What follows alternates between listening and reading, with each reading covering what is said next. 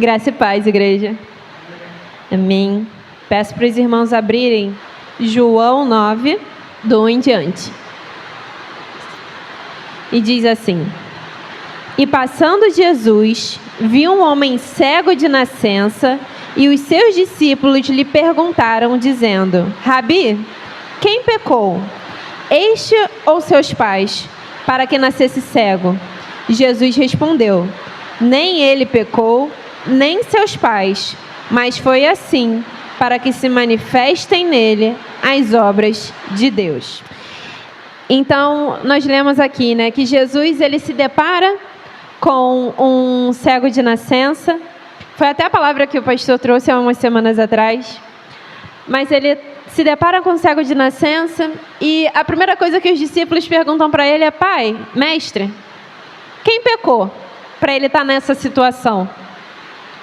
E esse versículo está comigo há algumas semanas, porque eu tenho estudado o livro de João com a minha família. E aí a gente passou por esse capítulo e eu me mantive um pouquinho presa nele, porque por dois pontos. Primeiro, que a nossa visão, que é humanamente limitada, quando a gente olha para uma coisa, a gente logo pensa: essa pessoa fez por merecer, seja algo bom ou seja algo ruim. A gente pensa muito assim. E aí vem Jesus com a resposta que transcende o nosso entendimento natural, que é no versículo 3. Nem ele pecou, nem seus pais, mas foi assim para que se manifestassem nele as obras de Deus. Isso é muito poderoso. Isso ficou comigo. E aí, como se não bastasse, depois a gente continuou o estudo de João. E aí chegamos no capítulo 11 de João. E aí eu queria ler uma parte dele, a partir do versículo 1. João 11, versículo 1. Que diz assim: Estava, porém, enfermo um certo Lázaro de Betânia, a aldeia de Maria e de sua irmã Marta. E Maria era aquela que tinha ungido o Senhor com unguento e lhe tinha enxugado os pés com seus cabelos, cujo irmão, Lázaro, estava enfermo, ou seja, ele estava doente. Mandaram-lhe, pois, suas irmãs dizer: Senhor, eis que está enfermo aquele que tu amas.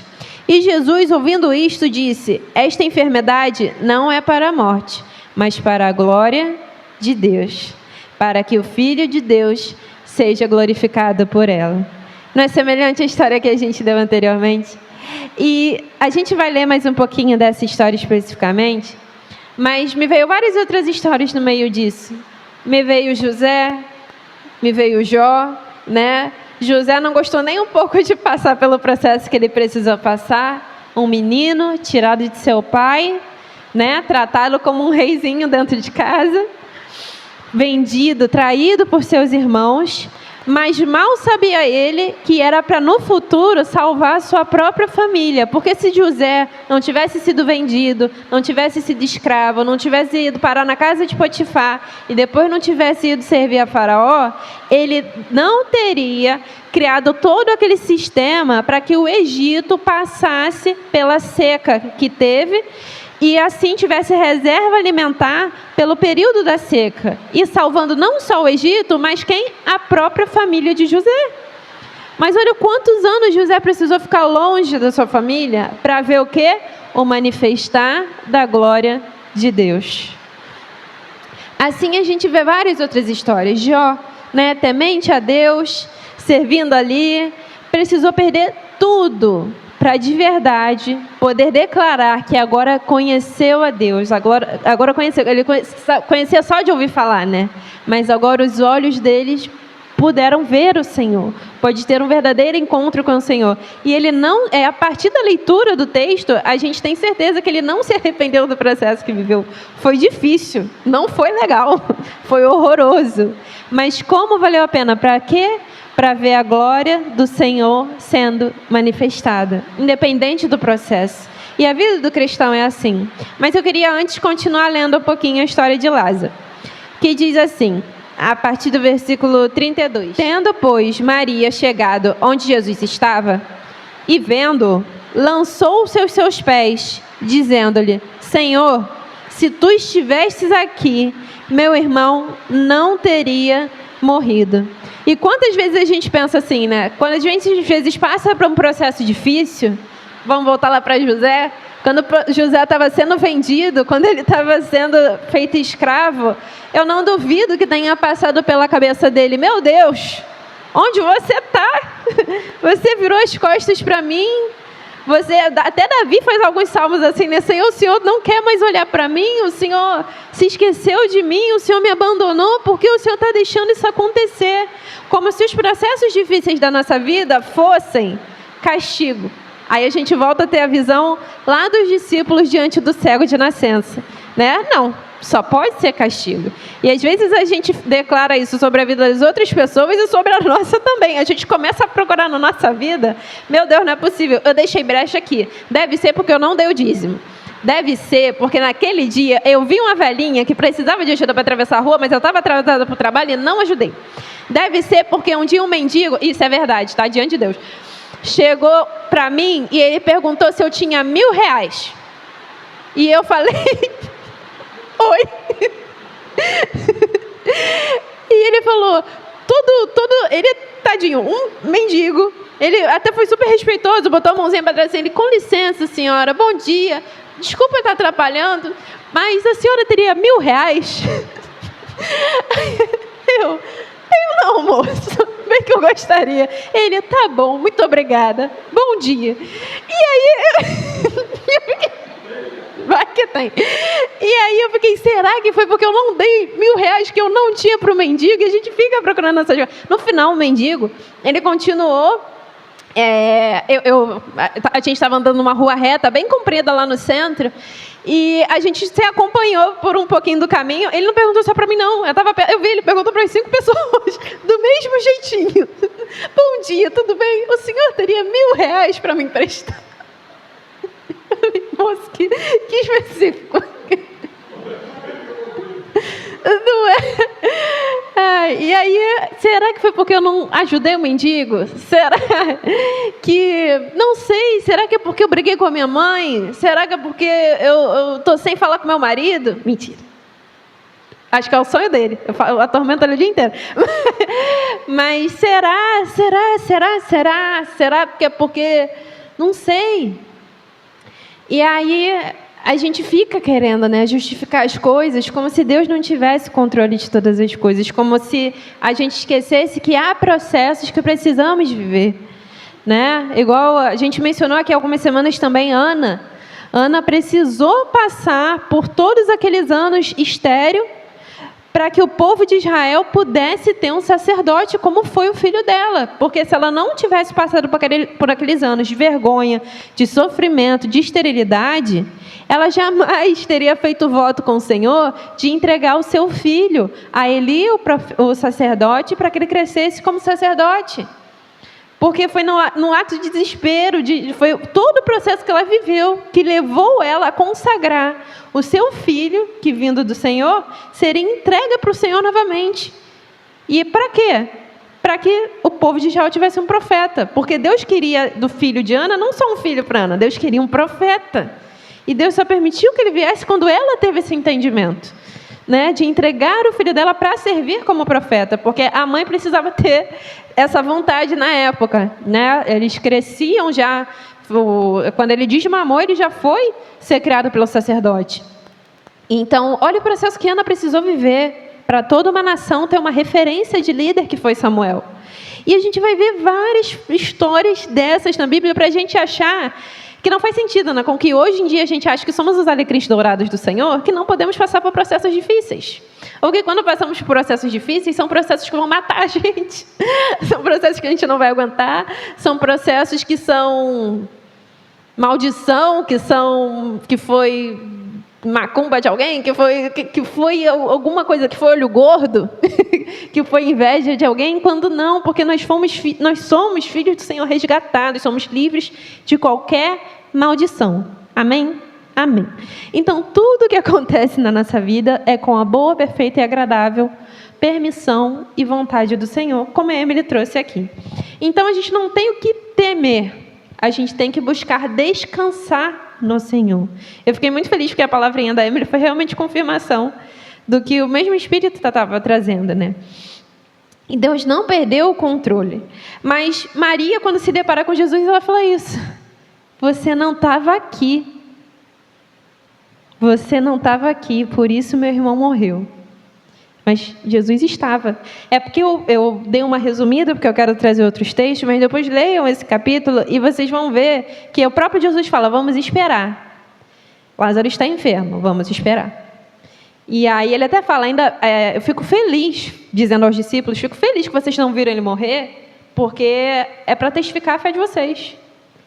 Vai ser melhor ainda para o processo de vocês, porque Jesus tinha que comprovar as coisas até para os próprios discípulos. E aí, vamos prosseguir na leitura. Cadê? E Maria não estava lá quando Jesus falou para os discípulos, né? Essa enfermidade é para que se manifeste a glória de Deus. Então, quando ela vê Jesus, ela fala: meu irmão morreu porque você não estava aqui. Como se... Não estou condenando Maria que não está diante de Deus. Ela fala até com apelo: Senhor, se você tivesse aqui, ele não teria morrido. Assim, né? Com carinho, ela não fala acusando Jesus, não. Mas é no entendimento de que meu pai, por um descuido, assim, né? Por um descuido, isso aconteceu. E não é assim que funcionam as coisas na nossa vida, porque o Senhor é onipresente, o Senhor é onisciente em todas as coisas. E aí, no 33, vai dizer: Jesus, pois, quando a viu chorar, e também chorando os judeus que com ela vinham, moveu-se muito em espírito e perturbou-se. E disse: onde puseste? Disseram-lhe: Senhor, vem ver. Jesus chorou. E disseram, pois, os judeus: vede como o amava. Alguns deles disseram: não podia ele, que abriu os olhos ao cego, fazer também com que este não morresse? Olha só, até os judeus estavam com o mesmo entendimento. E a gente não fica assim, às vezes, brigando com Deus: Senhor, tu já fez coisa muito mais difícil para dar um mole desse na minha vida. Às vezes a gente fala com o Senhor como se fosse assim, né? Deus, você abriu o mar, pelo amor de Deus. O que é uma porta de emprego? O que é abrir uma porta de emprego diante de abrir um mar? O que é uma cura de um dedão do pé machucado diante de um morto que ressuscita? O que é? Parece que o Senhor vira as costas nessa hora e só para mim o Senhor não quer olhar, só para mim o Senhor não quer fazer. O que eu estou fazendo de errado? Por que isso está acontecendo? E às vezes a gente fica assim, e buscando erro nos outros. E ou a gente fica assim, igual os judeus estavam, né? Olhando para a vida dos outros e falando a mesma coisa. Deve estar fazendo alguma coisa de errado. Deu mole em alguma coisa. Abriu brecha para alguma coisa.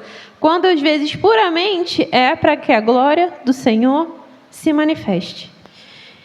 E no 38 vai dizer: Jesus, pois, movendo-se outra vez muito em si mesmo, veio ao sepulcro, e era uma caverna, e tinha uma pedra posta sobre ela. E disse Jesus: tirai a pedra. Marta, irmã do defunto, disse-lhe: Senhor, já cheira mal, porque é já de 4 dias. E o que era comum? E até foi um dos pontos que Jesus escolheu por esperar até o 4º dia da morte de Lázaro. Tinha uma crendice judaica, a crendice de que a alma ficava perto do corpo por 3 dias. Então, tinha chance do corpo voltar, da pessoa voltar, né? Em 3 dias. Então, Jesus, até para não usar essa crendice de desculpa, espera o 4º dia, para que não haja essa desculpa. Também a alma estava ali pertinho, ele não fez nada, entendeu? Então Jesus espera até o 4º dia. Para quê? Para que a glória do Senhor se manifeste. Mas pensa na vida dessas irmãs, gente. Foram 4 dias de luto. De luto não foi 4 dias. Porque a gente às vezes lê assim, né? Mas na vivência, pensa como elas estavam. Pensa como muitas das vezes não acontecem situações parecidas assim na nossa vida, né? Como se Deus, meu Deus, já estou há 4 dias de luto e o Senhor não vem nem me visitar. O Senhor não vem nem me consolar. E aí, no 41... No 41 não. Onde eu parei? 40 agora. Disse-lhe Jesus: não te tenho dito que se creres, verás a glória de Deus? Tiraram, pois, a pedra de onde o defunto jazia. E Jesus, levantando os olhos para cima, disse: Pai, graças te dou, por me haveres ouvido. Eu bem sei que sempre me ouves, mas eu disse isto por causa da multidão que está em redor, para que creiam que tu me enviaste. E tendo dito isto, chamou com grande voz: Lázaro, sai para fora. E o que fora defunto saiu, tendo as mãos e os pés ligados com faixas e o seu rosto envolto num lenço. Disse-lhe Jesus: desligai-o e deixai-o ir. Pois isso era comum, porque o pessoal, era o cuidado que tinha com as pessoas que morriam, né? Enfaixavam os pés, as mãos, o rosto. Então, por isso que ele sai meio mumificado, mas é por causa disso. Mas olha o milagre do Senhor, né? Vai ter até um momento, Jesus diz que a doença é para a glória de Deus, né? E a primeira irmã que ele encontra nem é Maria, é Marta, nesse mesmo capítulo. E quando ele chega para Marta, Marta vai falar a mesma coisa que Maria. Senhor, se tu estivesse aqui, ele não teria morrido. E ela não tinha noção do milagre que eles iam viver. Não tinha noção. E Jesus, e assim, como era perto de Jerusalém, muitos dos judeus viram. Até alguns fariseus viram. E aí, quando Jesus fala para Marta, eu vou ressuscitar seu irmão. E ela fala: eu sei, Senhor, ele vai ressuscitar no último dia, com todo mundo. E às vezes a gente não é assim com o Senhor, às vezes o Senhor nos fala coisas claramente de fé, e às vezes a gente diminui, assim, né? As promessas do Senhor, as verdades do Senhor, e que a gente não seja assim. E ele diz: eu não disse que se creres, veria a glória de Deus. E como a gente tem tido isso, né, gente? Isso me bateu muito. Eu falei: nossa, Senhor, eu estou muito descrente. Estou muito descrente para muita coisa, né? Para conversão de pessoas, estou descrente para mudanças de coisas, nem para aquisições materiais não, mas às vezes mudanças mesmo de pessoas, né? Às vezes a gente fica esperando coisas mudarem, coisas andarem, coisas... E não que Deus me prometeu que isso vai acontecer, mas é pecado meu achar que é impossível que aconteça, porque se Deus quiser, vai acontecer. E aí a gente vê, né? A gente vê o desespero dessas irmãs, a gente vê o cego que precisou ser cego desde a nascença, precisou mendigar anos. Ele foi um filho inválido para sua família. Para quê? Para que se manifestasse a glória de Deus. E depois ele fica cheio de alegria conhecendo o seu Senhor. E tem também é coxo ou paralítico do tanque de Betesda? O coxo. Ele também ele era coxo há 38 anos. 38 anos. Para quê? Para que se manifestasse a glória de Deus. O que eu queria trazer de entendimento para a gente hoje é que não importa o tempo. José ficou um tantão de tempo também. Mas qual foi o final? Foi ver a glória de Deus. Foi ver o manifestar, foi ver o poder de Deus em plena ação, foi ver a concretização dos propósitos de Deus. Ele pôde resgatar a sua própria família. E eu trago esse entendimento aqui. Eu sei que muitos aqui ainda têm famílias, parentes, maridos, às vezes não cristãos, e eu sei como isso dói. Mas que a gente tem esse entendimento. Às vezes a gente fica até com pena das pessoas passando por esses processos, né? A gente fica: meu Deus, mas para quê? Por que parece que está afastando ainda mais essa pessoa de você? Não. É para a glória de Deus. A gente até comenta, né, que é engraçado que eu tenho um tio bem doidinho, e ele sabe que ele é doidinho. Ele chega com os braços tatuados, sem camisa, com a Bíblia embaixo do braço, xingando os cachorros da rua e vai para o estudo que a gente está fazendo lá em casa. E ele é o que mais presta atenção. É muito engraçado. E aí ele tem tido muita fome, muita sede da palavra, e a gente tem se empolgado muito com isso. Mas ele ainda está no leitinho da palavra, né? Digamos assim, ele está bem no início. E aí, não só ele foi, chamou as outras pessoas, daqui a pouco já estava falando com o vizinho. Mas eu sei que ainda está bem no início do processo com o Senhor, né? Até peço oração por ele, o nome é Ebert. E aí, essa semana, ele é eletrotécnico, isso, eletrotécnico. E há muitos anos ele trabalha até com funções um pouco acima, por capacidade mesmo, porque ele aprendeu e ele já tentou fazer a faculdade de engenharia, elétrica, acho que é isso. Mais de uma vez, mas não conseguia concluir, porque até para ele ou alcançar cargos maiores, mas ele até já desempenhava certas funções assim bem parecidas, só que às vezes não conseguia um salário maior por conta disso e tal, essas coisas. Mas ele nunca ficou sem emprego, né? E ele estava trabalhando nessa empresa há anos já. E era uma empresa muito boa. E ele, mesmo a vida dele de cabeça para baixo, né? Passou por uma separação, ficou sem casa, está voltando para a casinha dele agora. Mas a mesma vida toda de cabeça para baixo, a gente ficava um pouco tranquilo, porque ele tinha lá o trabalho dele, né? Que nunca deixou ele na mão, digamos assim. E era um dos trabalhos que a gente mais, caraca, que legal, anos na empresa, né? Bem querido pela empresa, já tinha tido um corte na empresa antes, ele ficou. Então a gente ficava assim, Herbert da equipe, ele era o único da equipe que ficou, e a gente ficou, pô, legal, né? Tipo, um bom trabalhador, essas coisas e tal, trabalha lá há anos, é do ramo há anos. Então, é uma das coisas que a gente não se preocupava. E ele foi demitido essa semana. E, gente, eu fiquei arrasada, assim, porque eu fiquei, mas, Senhor, ele está te conhecendo agora, o que ele vai achar? E tu acredita que eu fiquei com essa ideia?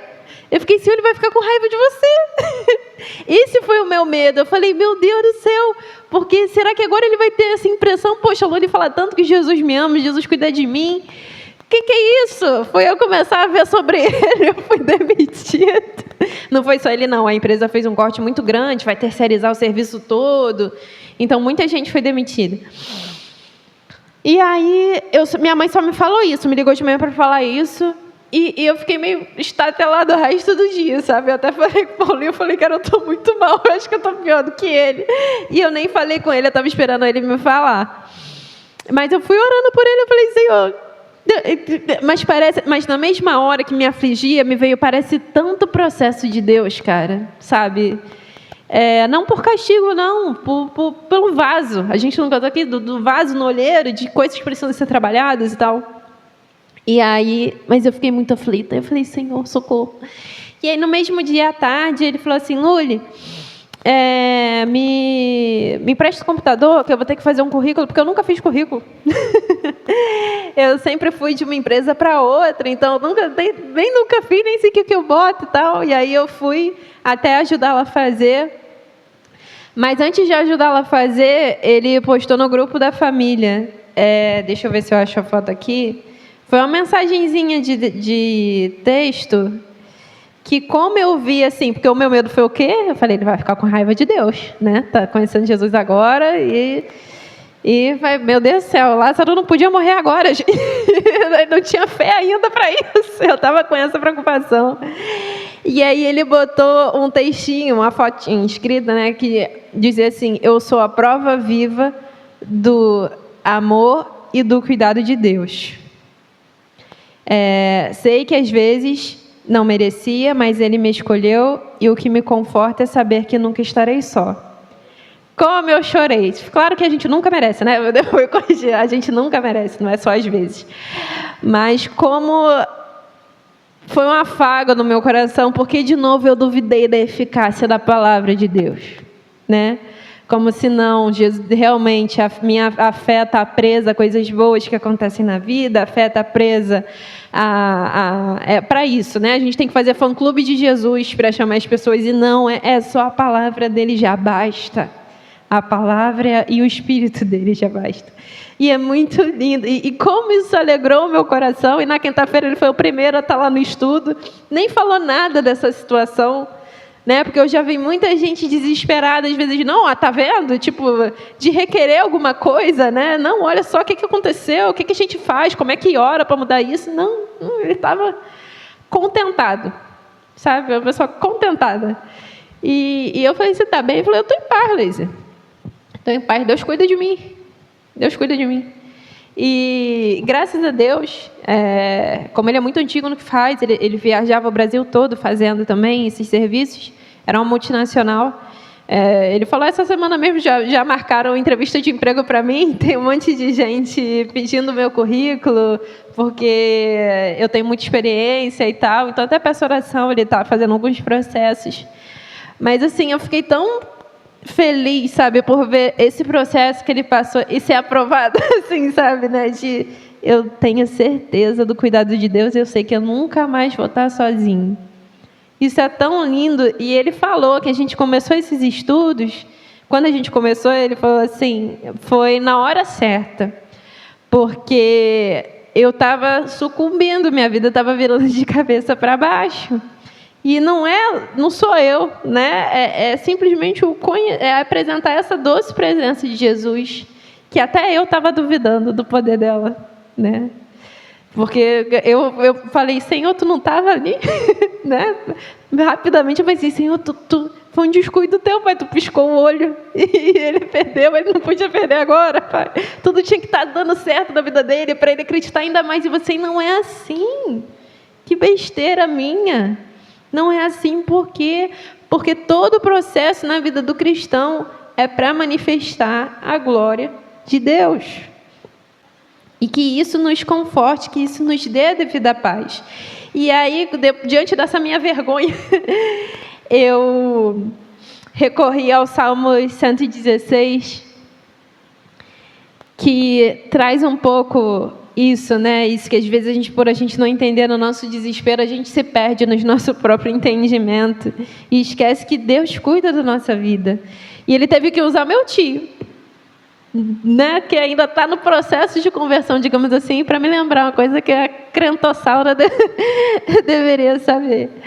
E aí, no Salmo de 116, a partir do versículo 1, diz assim: Amo ao Senhor, porque Ele ouviu a minha voz e a minha súplica, porque inclinou a mim os seus ouvidos. Portanto, o invocarei enquanto viver.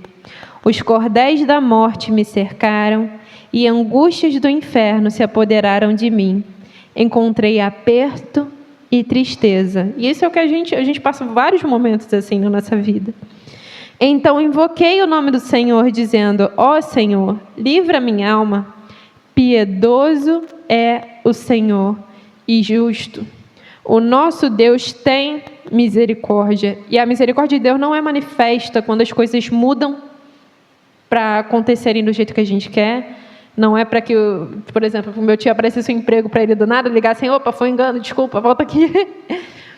Mas é quando a gente recebe o consolo dele. Esse é o manifestado da misericórdia do Senhor, da piedade dele. Independente do processo que a gente viva, como a Emily falou aqui, eu pude sentir o consolo, Deus consolador comigo. E o nosso Deus tem misericórdia. O Senhor guarda aos simples. Fui abatido, mas Ele me livrou. Volta, minha alma, para o teu repouso, pois o Senhor te fez bem e faz todo dia. Porque tu livraste a minha alma da morte, os meus olhos das lágrimas e os meus pés da queda. Andarei perante a face do Senhor na terra dos viventes. Criei, por isso falei. Estive muito aflito, e eu dizia na minha pressa: todos os homens são mentirosos. Ou seja, na minha angústia, eu dizia: Deus não está aqui, Deus não viu.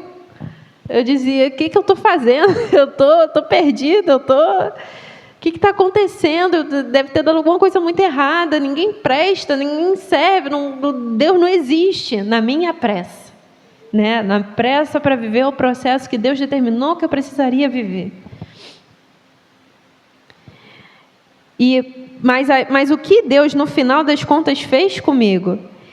Ele livrou, ele dá descanso à minha alma, porque no versículo 8 ele diz: porque tu livraste a minha alma da morte, os meus olhos das lágrimas e os meus pés da queda. Como lá em Apocalipse 21, não é o que ele vai fazer na glória? Ele vai enxugar dos nossos olhos toda lágrima, né? Não vai ter mais choro, não vai ter mais dor. Tem algo mais poderoso que isso que o Senhor poderia ter feito por nós, Ele já fez. E no diário da nossa vida, Ele ainda vem com a porção do Consolador, para de fato nos consolar e nos revigorar para viver o resto das nossas vidas. Por isso no 12 vai dizer: que darei eu ao Senhor por todos os benefícios que me tem feito? Tomarei o cálice da salvação e invocarei o nome do Senhor. E aí, para finalizar, eu queria ler lá em Colossenses, porque até contribuindo um pouco com tudo isso, né? a gente foi ressuscitado com Cristo, igual Lázaro, né? Passamos por todo esse processo, a gente foi selecionado, pensado por Deus para ter uma vida diferente, para expressar essa vida diferente do Senhor. E foi até uma coisa que me causou um pouco de constrangimento. Quando eu não entendi o processo que meu tio estava vivendo, né, eu estava querendo quase que eu nem disse nada, não disse nem uma palavra de consolo, nem nada. Eu fiquei com medo de mencionar o Senhor na conversa, e ele também, Deus não olha para mim. Eu fiquei com medo, muito besta, assim, né? Mas como é que a gente tem que viver? Nós já fomos libertos, e a gente tem que viver crendo nisso, crendo na ressurreição que Cristo já nos deu, crendo que Ele cuida da gente verdadeiramente. E aí a gente tem que viver como condiz a nossa fé. Como? Para a glória de Deus. Igual lá em Coríntios 1 diz, quer comais, quer bebais, vivam para a glória de Deus, tudo quanto fizerem. Então que a gente tenha esse entendimento, como Lázaro foi chamado para fora, nós um dia também já fomos. E somos nova criatura em Deus. E lá em Colossenses capítulo 3, versículo 1, antes de começar a leitura, eu fiquei me questionando, Senhor, será que eu tive uma postura de cristã com meu tio? Nesse processo que ele estava vivendo, nesse meu medo todo, eu acho que eu não fui tão condizente, porque eu agi como se eu não tivesse fé, como se eu não tivesse confiado no Senhor, como se eu realmente não cresce, como se foi um Deus que eu inventei da minha cabeça.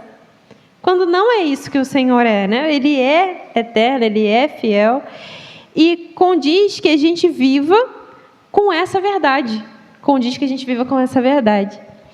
E aí depois, no estudo, veio várias questões, né, que a gente trouxe acerca do proceder cristão. Eles estavam perguntando algumas coisas assim. E foi legal, porque foi até um dos assuntos que a Evelyn tinha comentado comigo, de talvez trazer também no estudo de terça-feira. E calhou me lembrando um pouco de como é de fato a postura do cristão, porque esse meu medo todo que eu tive de agir como cristã diante do meu tio, né, me fez muito questionar, falava, nossa, mas Senhor, mas realmente como é que eu deveria estar vivendo? E aí diz assim, Colossenses 3, capítulo 3, versículo 1. Portanto, se já ressuscitastes com Cristo, buscai as coisas de cima, onde Cristo está assentado, à destra de Deus. Pensai nas coisas que são de cima e não nas que são da terra. Isso para qualquer processo que a gente estiver vivendo na nossa vida. Qualquer dor, qualquer dilema, qualquer questionamento, qualquer processo doloroso, processo de enfermidade, qualquer crise na fé. Porque só eu que tenho isso aqui? Só eu que tenho crise de fé? Mas qualquer crise que a gente venha ter na nossa vida, ou até mesmo com o Senhor, que a gente lembre das palavras dele, diz, busca as coisas de cima, porque por muito pouco, com as coisas do dia a dia nos perturbam, tiram a nossa paz, e a gente começa a esquecer do que Cristo fez por nós. Ele já nos ressuscitou para a vida eterna, para algo muito maior. E então ele reforça, pensar nas coisas que são do alto, no versículo 2. Pensar nas coisas que são de cima e não nas que são da terra, porque já estáis mortos e a vossa vida está escondida em Cristo, em Deus. A gente está protegido pelo Senhor. Quando Cristo, que é a nossa vida, se manifestar, então também vós vos manifestareis com Ele em glória. Mortificai, pois, os vossos membros que estão sobre a terra, a fornicação, a impureza, a afeição desordenada, a vil concupiscência, a avareza, que é a idolatria. Então ele vai falar que condiza com isso, né? No seu dia a dia, no teu viver, manifesta isso por conta da tua fé, se abstendo da fornicação, se abstendo da impureza, da sensualidade exagerada, né? Da afeição desordenada, da avareza, pelas quais coisas, no versículo 6, vem a ira de Deus sobre os filhos da desobediência, nas quais também em outro tempo andastes, quando vivias nelas. Ou seja, a gente já foi de lá, mas agora se desfaz também de tudo, da ira, da cólera, da malícia, da maledicência, das palavras torpes da vossa boca. Não mentais uns aos outros, pois que já vos despistes do velho homem com os seus feitos, e vos vestistes do novo, que se renova para o conhecimento segundo a imagem daquele que o criou, onde não há grego nem judeu, circuncisão nem incircuncisão, bárbaro-cita, servo ou livre, mas Cristo é tudo e em todos. Revesti-vos, pois, como eleitos de Deus, santos e amados, de entranhas de misericórdia, benignidade, humildade, mansidão, longanimidade, suportando-vos uns aos outros, perdoando-vos uns aos outros. Se alguém tiver queixa contra o outro, assim como Cristo vos perdoou, assim fazei vós também. E sobre tudo isto, revesti-vos de amor, que é o vínculo da perfeição. E a paz de Deus, para a qual também fostes chamados em um corpo, domine em vossos corações, e sede agradecidos. A palavra de Cristo habite em vós abundantemente, em toda sabedoria, ensinando-vos e admoestando-vos uns aos outros, com salmos, hinos e cânticos espirituais, cantando ao Senhor com graça em vosso coração. E tudo quanto fizerdes, por palavras ou por obras, fazei tudo em nome do Senhor, dando por meio dele, graças a Deus Pai.